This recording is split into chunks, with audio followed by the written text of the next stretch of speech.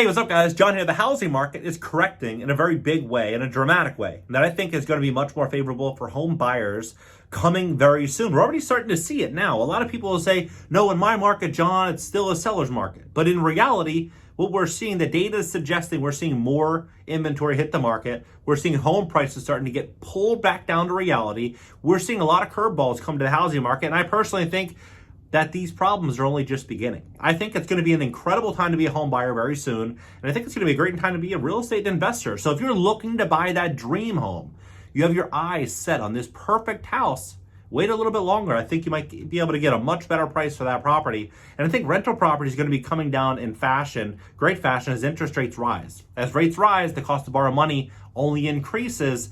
And as that happens, what generally happens is the cash flow in these buildings is worth less because the cost of our money, of course, is more. So what's going to happen? These values are likely going to be coming down. Now, I think there's going to be some other curveballs that are going to come to the housing market. But before I jump into that, please hit the like button so YouTube shares this content to educate more people about what's really going on in the housing market. You need help fixing your credit, or you want to know how to invest or where to invest in real estate?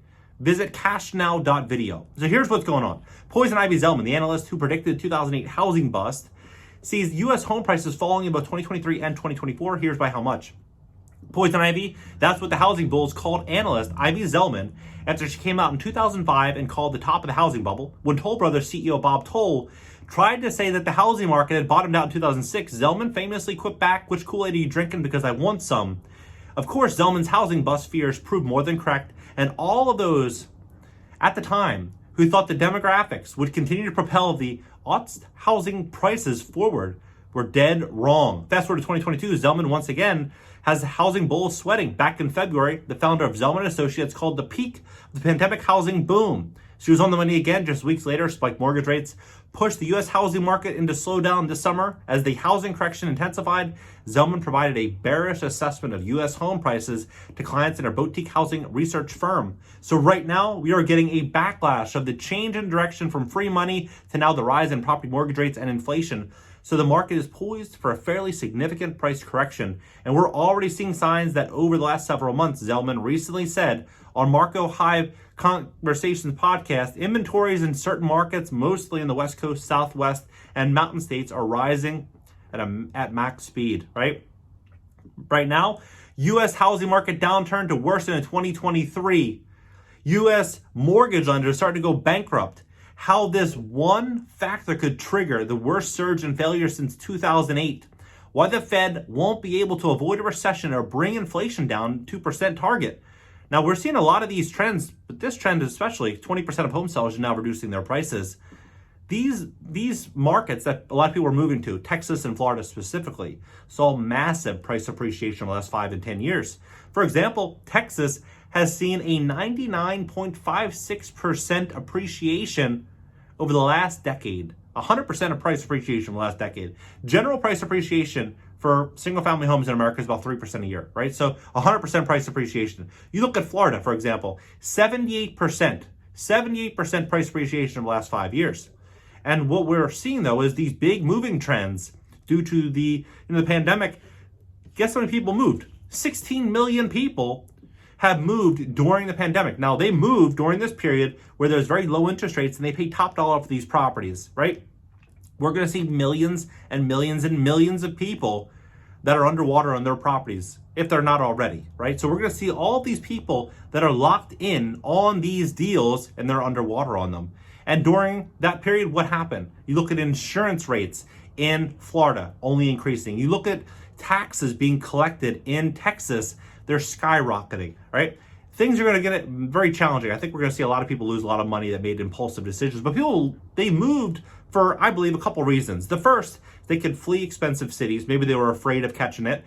They left to go to a place in which maybe offered them a little bit more safety. Or maybe they thought, hey, you know what? This is going to be a great opportunity for me to bring my cost basis down to zero in terms of income tax.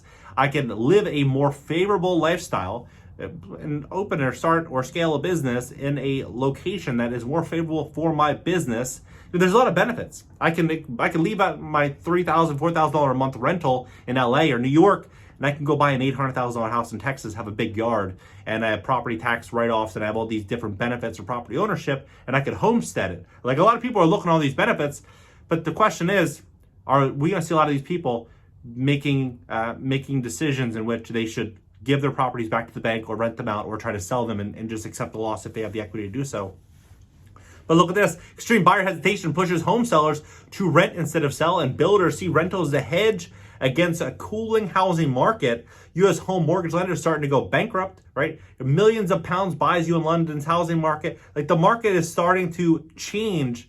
And I especially like to look at real estate investment trusts, because the last couple of years, we've seen these low interest rates and this more of like a M&A type of outlook where people are just acquiring and scaling and taking in all these new acquisitions and building out their REITs during this period where money was cheap. But how are these assets, how are these REITs going to perform when the market changes? Well, right now, here's one.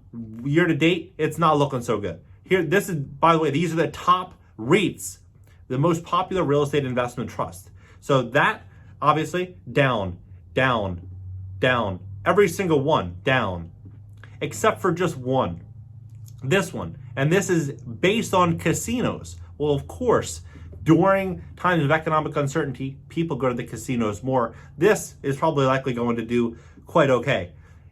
All of the popular REITs are getting crushed right now, and taxes, everything's going up. Florida insurance. It's fascinating to pay attention to how this is all going to also hold up during this period in which we're seeing massive layoffs. A lot of people also were relocating from their expensive markets, saying, you know what, hey, I was working in Silicon Valley, I was making $280,000 or $300,000 a year, but my cost basis for living was $200 or $150, because rent's $5, $6, $7 in a lot of those markets. What they can then do is obviously go to a cheap place to live and save their money, and they have tax benefits. But what's going to happen during this period in which a lot of people are getting laid off? They're getting laid off thinking that money was going to be so secure and stable, and now they're locked into a housing payment. We're going to see some changes. There's no doubt about it. We're already starting to see it. The big question is Michael Burry right? Because what Michael Burry is saying, that he's betting on real assets, water and farmland. That's what he's buying. This article just came out about a month ago, not even, right? Two weeks ago. The big short, Michael Burry, is buying real assets during this period, and he's saying that Burry became famous in 2015 when theaters worldwide aired the Big Short movie. The storyline focused mainly on how he successfully shorted the housing market, but at the very end of the movie, we also got to know how he was redeploying his gains. The very last statement of the movie, the small investing he still does is focused solely on water, right? And look at Bill Gates. Bill Gates is buying farmland, and Michael Burry is buying farmland. They're buying water, right? They're buying things that are scarce. There are many ways to invest in water, but the most popular approach is to invest in farmland, and this appears to have been Burry's strategy. In a later interview, what became clear to me is that the food is the way to invest in water. Grow food in water-rich areas and transport it for sale in water-poor areas. This is the method for redistributing water that is least contentious. And ultimately, it can be profitable, which will ensure that this redistribution is sustainable. He said that our agricultural land with water on site will be very valuable in the future, and I have put a great amount of money into that. Now, what I think is the best way to look at real estate, whether it's farmland or single-family houses. For example, if you want to buy that dream home, a really good way to look at it, a lot of people don't look at it this way, is people just make an emotional buy. They'll say, you know what, this is a beautiful home, I can afford it, I'm going to go buy it.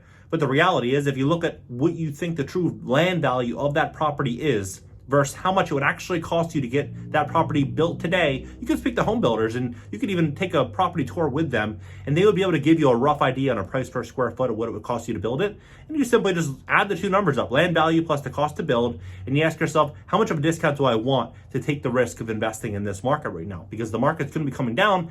As the market changes, there's going to be a lot more discounts being factored in. For example, in 2009, 2010, Wall Street, they were nicknamed the dollar more guys because they would go to auctions and they would buy properties and they would pay $1 more if it fit that perfect discount to replacement formula that I just mentioned, right?